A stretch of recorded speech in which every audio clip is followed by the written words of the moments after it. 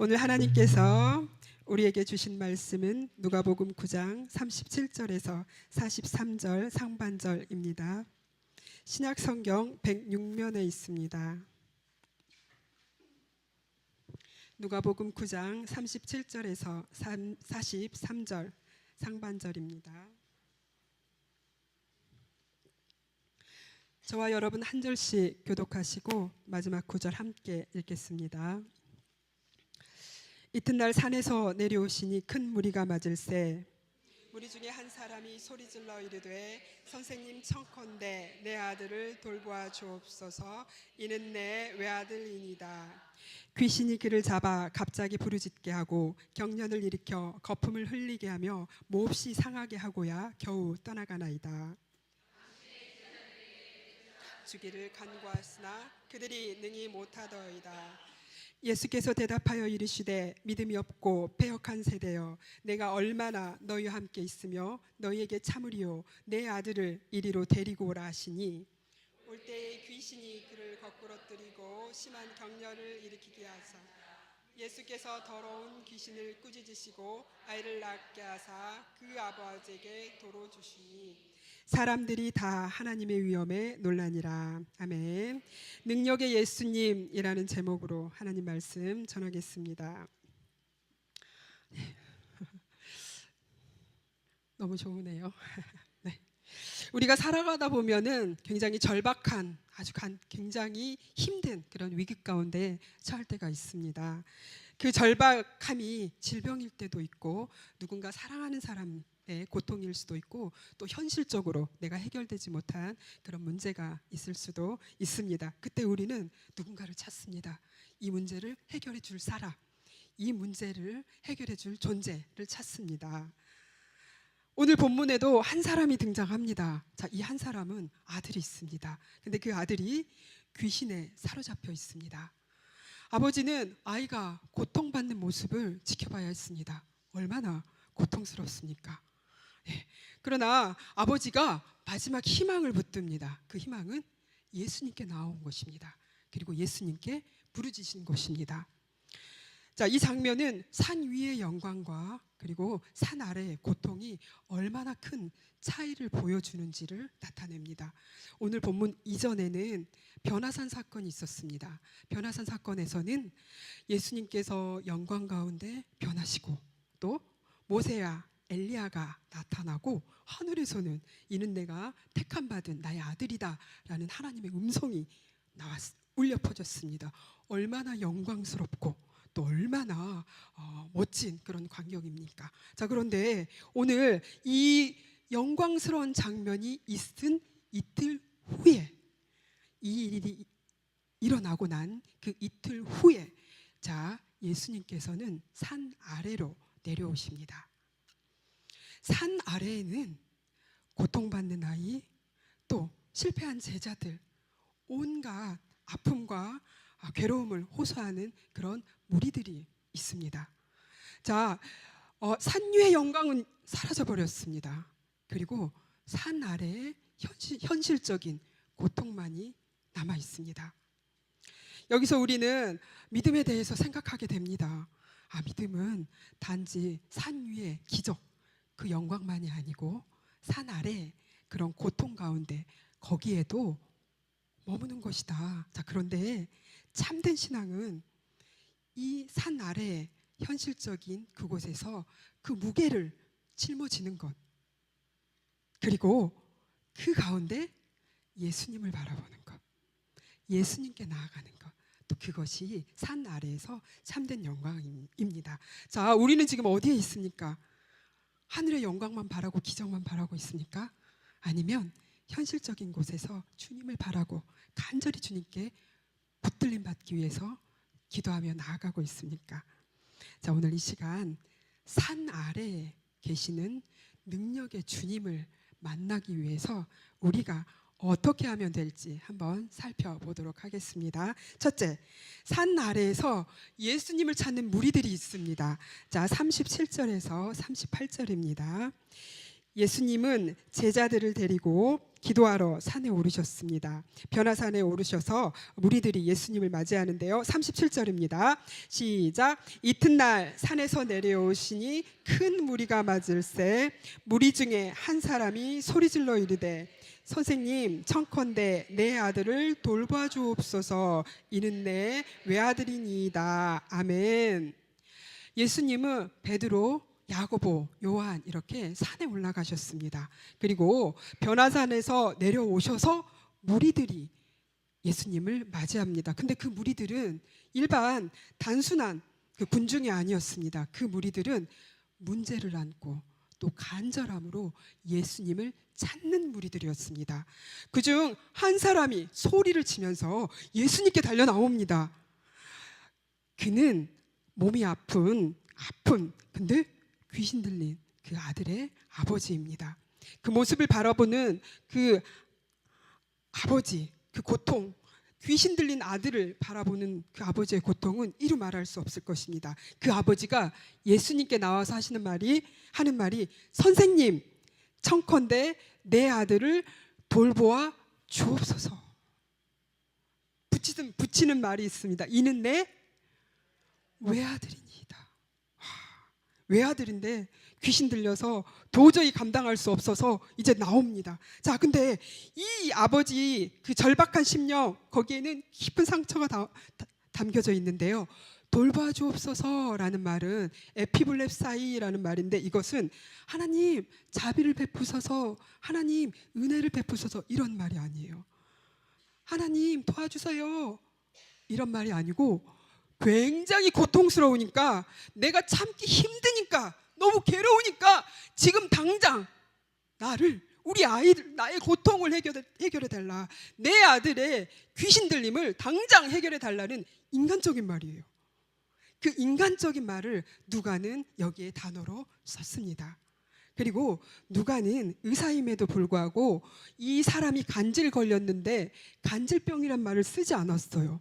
대신에 귀신 들리고 경련이 일어나고 거품을 입에 물고 고통당하는 그 모습을 썼어요. 그 이유는 더 정확하게 묘사를 하려고, 의사임에도 불구하고 더 정확하게 그 사람의 고통을 헤아리려고 에피블렙사이라는 단어를 돌보아 주십시오. 주여 신적 차별을 펴고 이게 아니고 당장 해결해 주십시오. 당장 돌보아 주십시오. 너무 고통스럽습니다. 이 말을 하고 있습니다. 처절한 말을 아주 처절하게 부리짓고 있는 그런 단어를 쓴 것입니다. 게다가 이 아버지는 말합니다. 이는 내 외아들입니다. 자신의 전부죠. 자신의 희망이죠. 그리고 자신의 생명입니다. 그 아들이 지금 말할 수 없는 고통 중에 있습니다. 그리고 예수님을 선생님이라고 부릅니다. 선생님이라고 불렀다는 말은 예수님에 대한 정확한 이해가 없는 사람이죠. 예수님에 대해서 아는 분이 아닙니다. 랍비요, 그리스도요, 여러 가지 지금 이야기들이 그동안에 있었는데 선생님 당장 고쳐주시라고 이렇게 지금 이야기를 하고 있습니다.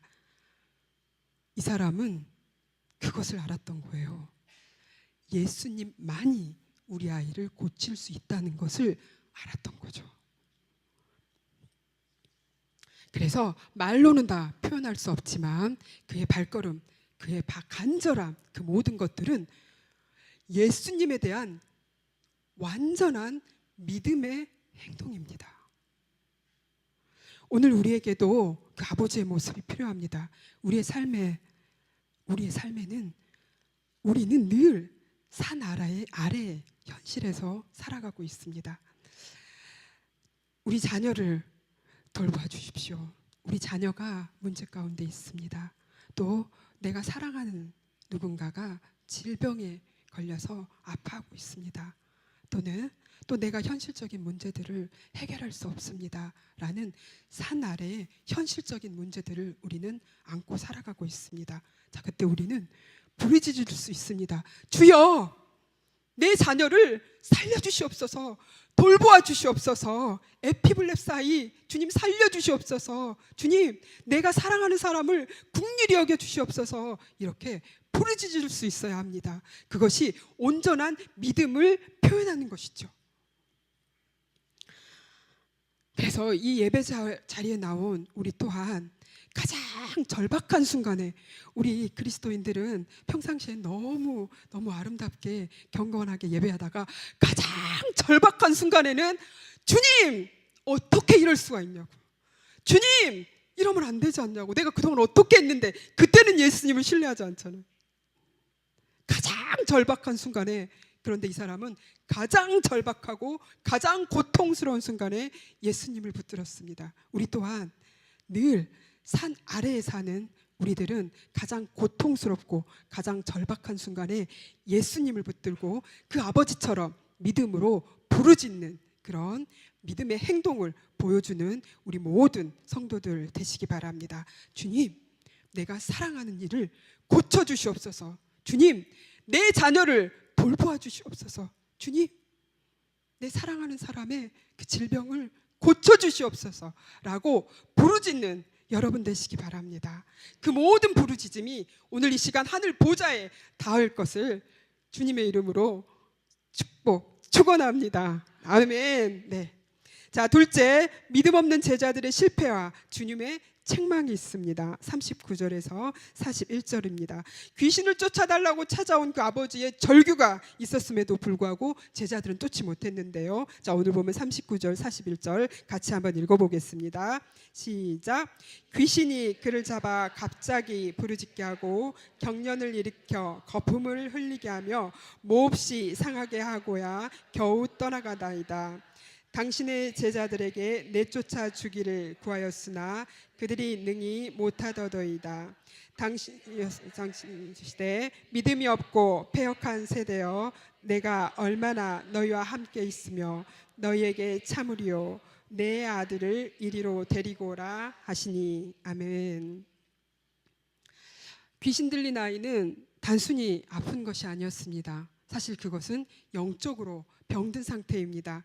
귀신이 그를 잡아서 갑자기 부르짖게 하고 또 경련이 일어나서 거품을 흘리게 하고 땅에 뒹굴게 하고 있습니다. 이 얼마나 끔찍한 장면입니까? 몸은 제어되지도 않고 또 정신은 깨어진 상태에 놓여진 것입니다.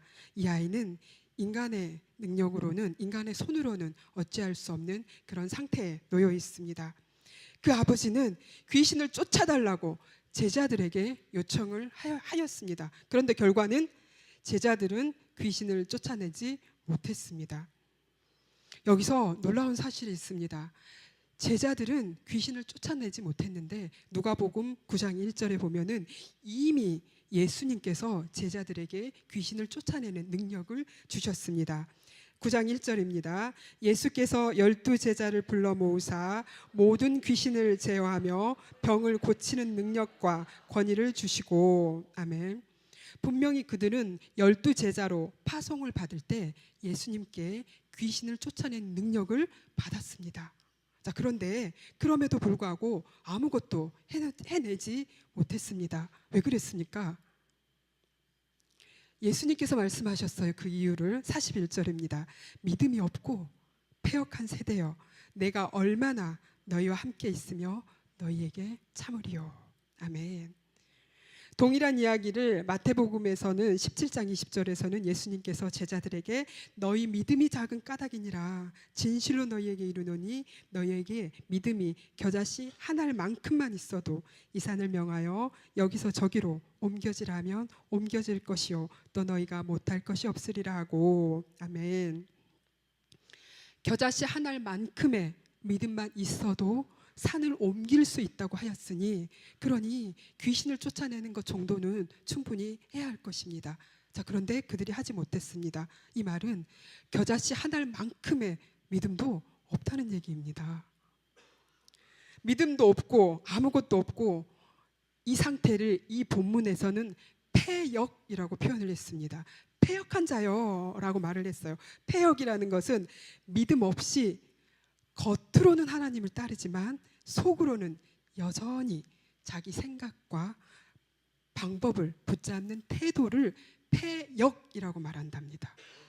예수님께서는 믿음 없다라고 말하면서 그 제자들에게, 거기 있는 사람들에게 패역한 자들이라고 말했습니다. 제자들에게 패역한 자들, 믿음을 흉내내기만 하고 진짜로 그 안에는 생각과 방법들은 믿음 없는 사람처럼, 예수님을 알지 못하는 사람처럼 행동을 한다는 것입니다. 이해가 되지 않죠. 늘 하나님께 기도하고 늘 말씀을 보고 늘 하나님의 방법대로 살아가는데, 제자들에게, 그것도 일반 군중이 아니고 제자들에게 패역이라고 말을 썼습니다. 이 모습이 우리의 모습과는 닮아 있지 않습니까? 우리는 기도합니다. 그런데 믿음 없이 기도합니다. 기도는 하지만 기도하는 그 순간에는 내 마음의 저기 밑에서 안 될 거야, 이건 좀 주님이라도 힘들지 않을까? 그런 마음이 나도 모르게 올라오는 그런 경우도 있고, 또 우리는 일합니다.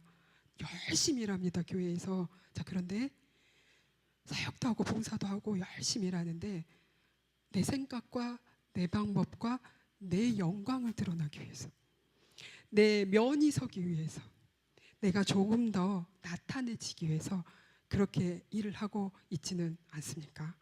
또 우리는 하나님을 따른다고 말하면서 정작 너무너무 어렵고 힘든 가운데는 이 아버지처럼 주님이라도 안 했죠. 뭐라고 불렀죠?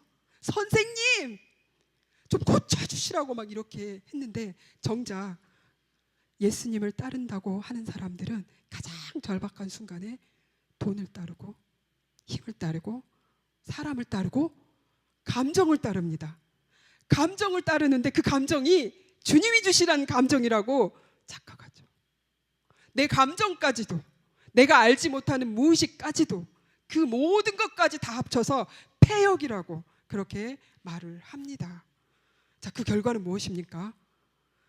무력감, 그리고 좌절감, 실패를 맛보게 됩니다. 모든 완전한 믿음의 행위가 아니면 모든 것은 열매 없는 실패로 끝나고 맙니다. 자, 근데 여러분, 주님께서는 우리를 책망하십니다. 그러나 책망하실지언정 우리를 버리지 않으십니다. 그리고 주님은 우리에게 노하십니다. 우리가 잘못했을 때 우리에게 노하시고 우리에게 벌어가고 화를 내시죠. 그러나 그 노하는 것이 우리를 포기하는 것이 아닙니다. 그 분노는 애끓는 탄식이고, 그리고 정말로 이 아이가, 내 자녀가 회복해야 되는데, 정말로 그 구덩이에서, 그 어둠에서 나와야 하는데, 그 마음으로 분노를 표출하시고 그 분노로 계속해서 책망을 하십니다. 우리를 포기하지 않기 때문입니다. 41절입니다. 내가 얼마나 너희와 함께 있으며 얼마나 너희에게 참으려. 여기 하나님의 인내하시는 사랑, 끈질기게 우리를 포기하지 않으시고 우리를 회복해 하시려는 그런 주님의 사랑이 담겨 있습니다. 예수님은 지금도 우리를 향해 말씀하십니다. 나는 너를 포기하지 않았어. 나는 너를 회복시킬 거야. 내가 너와 함께 있잖아. 나의 자녀잖아. 그러니 나는 절대로 네가 나를 모른다고 하고 너희가 나를 포기할지라도 나는 포기하지 않아. 끝까지 너희와 함께 갈 것이고 너희를 책임질 거야 라고 말씀하십니다. 여러분, 우리는 능력을 받았느냐가 중요하지 않습니다. 얼마나 많은 능력을 받았고 무엇을 받았느냐가 중요한 것이 아닙니다. 그 능력을 어떻게 사용하고, 그리고 그 능력을 받고 주님 앞에 정말로 완전한 믿음으로 행할 때, 그래야지 의미가 있는 것입니다. 온전한 믿음이 행해질 때만이 그 기적들은 의미가 있는 것입니다. 그러므로 오늘 이 말씀 우리는 결단합니다. 믿음 없이 기도하는 자리에서 우리는 믿음을 가지고 기도하겠습니다. 그리고 내 방식, 내 고집, 내 생각만을 가지고 했던 그곳에서 이제 주님께 순종하며 나아가겠습니다. 실패와 좌절 속에 주님을 책망을 듣는 그곳에서 주님 감사합니다. 주님 분노하시더라도 끝까지 그 주님의 마음을 알았다면 주님 감사합니다. 어떠한 상황 가운데서도 기쁘며 감사하게 나아가는 그런 여러분 되시기 바랍니다. 예수님은 우리를 계속 기다리십니다. 계속해서 끝까지 포기하지 않고 기다리고 계십니다. 오늘도 믿음 없는 우리를 참아주시고 또 능력을 회복하라고 그리고 온전한 믿음을 가지라고 우리에게 말씀하시는 주님이십니다. 그 주님을 붙잡는 여러분 되시기 바랍니다. 네, 셋째, 예수님의 능력 앞에 드러나는 하나님의 위엄입니다. 42절, 43절 상반절입니다. 함께 봉독하겠습니다. 올 때에 귀신이 그를 거꾸러뜨리고 심한 경련을 일으키게 하는지라. 예수께서 더러운 귀신을 꾸짖으시고 아이를 낳게 하사 그 아버지에게 도로 주시니 사람들이 다 하나님의 위엄에 놀라니라. 아멘. 제자들이 그 실패한 이후로 그 귀신 들린 그 사람은 굉장히 긴박하게 돌아갑니다. 이제 귀신이 가만 놔두지 않나 봅니다. 땅에 엎드려 꼬꾸라뜨리고 그리고 심한 경련을 일으켜서 완전하게 괴롭게 만듭니다. 그래서 이 아이의 생명을 끝장내려는 듯이 그렇게 보입니다. 자, 예수님은 그 귀신에게 꾸짖습니다. 권세 있는 창조주의 명령을 하는 것입니다. 자, 예수님의 꾸짖음 한마디에 귀신의 역사는 중단이 되었고 그리고 아이는 온전하게 회복이 됩니다. 경련도 상처도 모든 것도 깨끗하게 낫게 되어서 아버지에게 돌아옵니다. 이 장면은 너무나 또 감동적입니다. 온몸이 망가진 채 그렇게 땅에 쓰러져 있는 그 아이가 예수님의 손길에 의해서 새 생명이 회복이 되어서 아버지에게로 돌아가는 것입니다. 예수님의 손길이 생명을 주는 손길입니다. 자, 43절입니다. 사람들이 이 모습을 보고 하나님의 위엄에 놀랍니다. 위엄이라는 말은 하나님의 신적인 그 영광 그리고 인간의 차원을 뛰어넘는 절대적인 그 권세를 말합니다. 그래서 사람들이 보는 것은 병든 아이가 나았다라는 그 모습을 보는 것은 결국은 하나님의 통치가 이루어진 것입니다. 우리가 그토록 이야기하는 하나님의 나라가 그 가운데 임한 것입니다. 그래서 그 위험 앞에 어떤 악한 권세도 그리고 어떤 인간의 한계도 모든 것이 주님의 손길과 그 손길로 인한 생명으로 인해서 모든 것들이 깨끗하게 사라져 버렸습니다. 우리에게도 동일한 주님의 능력이 있습니다.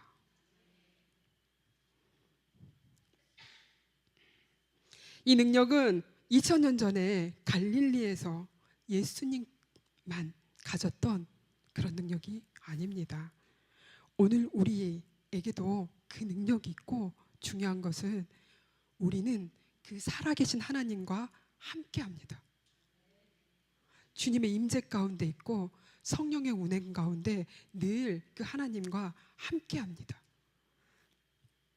그래서 우리가 주님 앞에 믿음으로 나아가면 패역하다라는 말이 아니고 온전한 믿음으로 나아가면, 다시 말해서 믿음이 행해질 때를 말합니다. 온전한 믿음이 행해질 때 우리가 잃어버렸던 거 주님께서 우리에게 주셨는데, 주님께서 제자들에게 주셨는데, 제자들을 파송할 때, 12제자를 파송할 때 귀신을 쫓는 그 능력을 주셨는데 잊어버렸잖아요. 안 됐잖아요.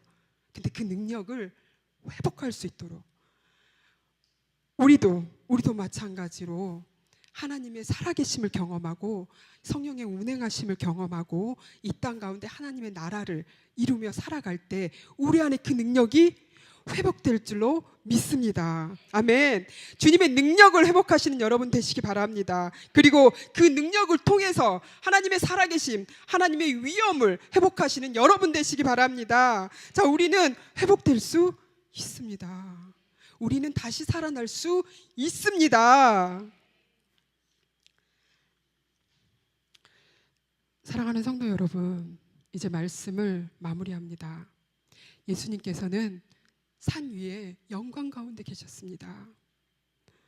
모세와 엘리야가 있었고 하늘에서는 이는 내 택함 받은 아들이라는 그 음성이 들려왔고 그 얼마나 영광스러운 장면이었습니까? 그런데 예수님께서 그 영광스러운 장면에 계시지 않고 이 땅 가운데 내려오셨습니다.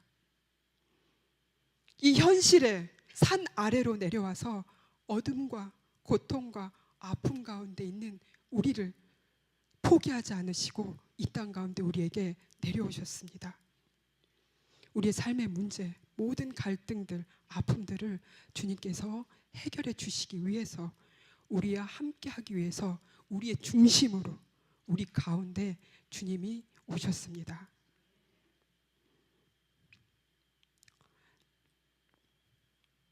주님께서는 우리를 포기하지 않으십니다. 주님께서는 한 사람도 놓치지 않으십니다. 주님께서는 끝까지 붙들어 주시고 주님께서는 우리를 살려주십니다.